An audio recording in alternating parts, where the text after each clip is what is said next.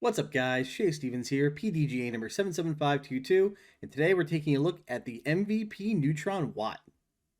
Let's get to it.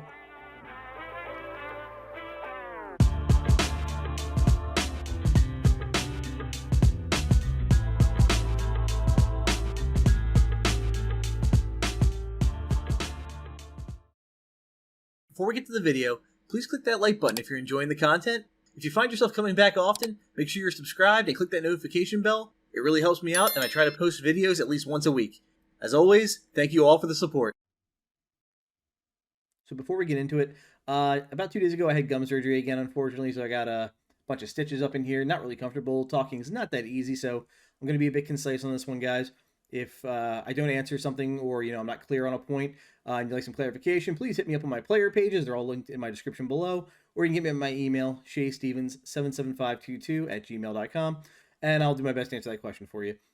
So the watt is a more understable complement to the ohm. I say more understable because it's not technically understable. It's actually pretty darn neutral. The flight numbers for the watt are a speed of 2, glide of 5, turn of negative 0.5, and a fade of 0.5. So very minimal movement expected out of this disc. A lot of people were excited just to have an understable complement to the ohm. It's a very popular putter. We've only seen the ohm and neutron, and there's a lot of people saying they want an electron. But after throwing the watt, a bunch of people are saying they would rather have an electron watt, and I can see why. So let's start off with some side-by-side comparisons. Starting off, we have the Neutron Watt on the left, next to a Fission Proxy on the right.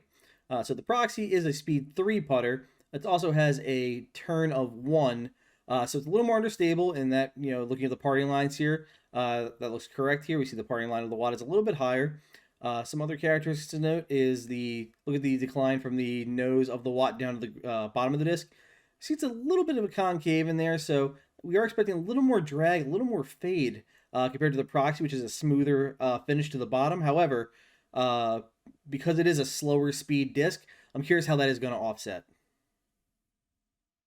Up next, we have the Watt on the left compared to an R2 neutron anode, which is my favorite neutral throwing putter. So I want to put my favorite up against, the Challenger.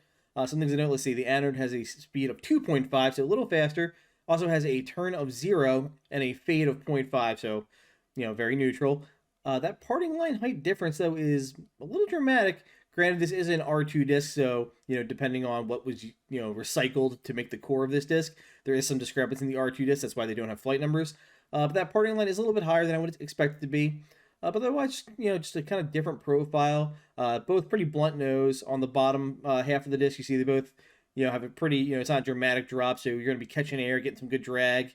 So it should be good for some touch shots. So yeah, if you've tried the anode in the past and it didn't really click for you, the Watt might be something worth looking into. And before we get to the throws, just some things to consider. First off, the wind. Again, note it's a tailwind from right to left, so that will stable up the disc a bit, make anhyzers really tricky.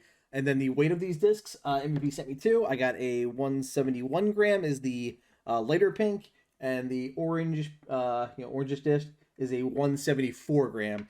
Honestly, when I was throwing them, I couldn't even note the 3 gram difference. It's a 3 gram difference. It's not that great.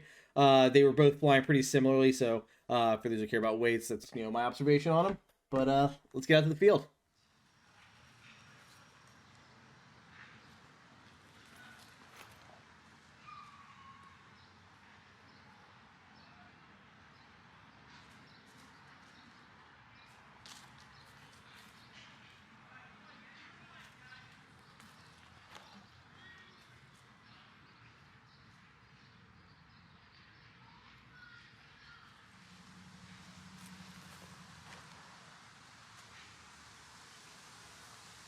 Holy crap, that is straight. All right.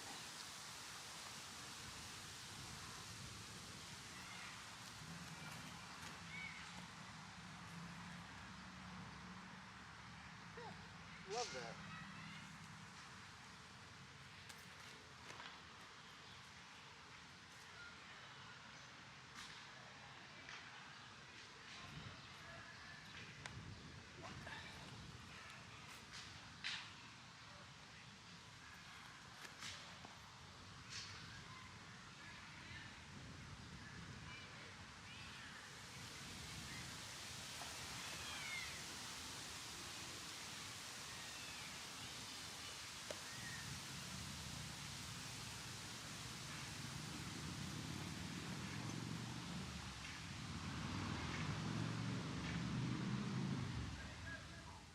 I mean, you heard me out there when I was throwing them.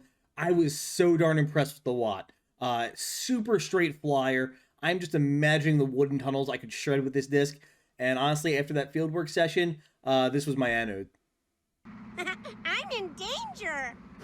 So far for this batch of testers, we're 2 for 2 for main bag contenders. Again, this one's straight into my practice bag. I pulled that anode out. It was seasoned to where I needed to be already, so perfect timing. The Watt's going into challenge to see, will it take over the stable putter shot? I love it for approaches, honestly. Just throwing it nice and smooth and just letting it glide perfectly straight.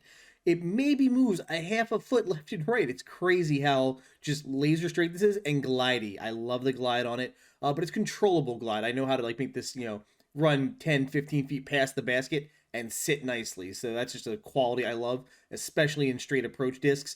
Usually you need to go to a Berg for that kind of shot, but if you have the touch and know how to manipulate a disc, put it nose up. It's kind of a habit from Ultimate that I have. That depth perception on those approaches. The Watt can do amazing things for you. So in terms of forehand, it's right on the border of where I would forehand a putter. It's very, any more understable. If it beats in a bit, I might have to, go to something else.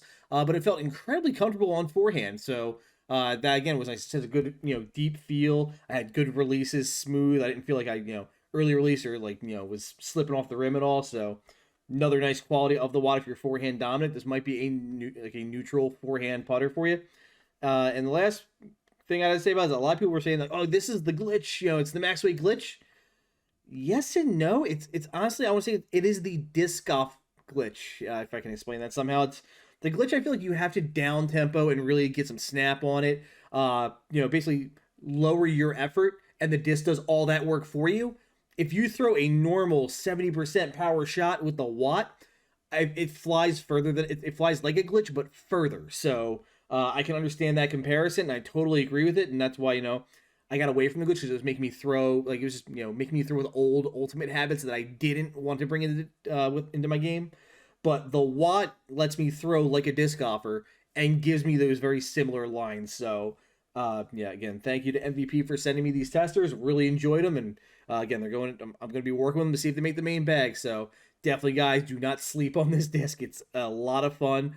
Check out your retailers. I'm hearing chatter of the last week in June they're going to be available, so keep an eye out. And again, if you guys want to support me, use my link in my description below. It's my affiliate link to Foundation Disc Golf. They'll definitely be carrying these, so if you use that link, all purchases made with it support me, and I would really appreciate that. And again, guys, thank you for all the support. I think we're within 10 subscribers of 1,000. So if we haven't hit it by the time this video drops, again, I could really use your help getting there. I have a really cool giveaway planned.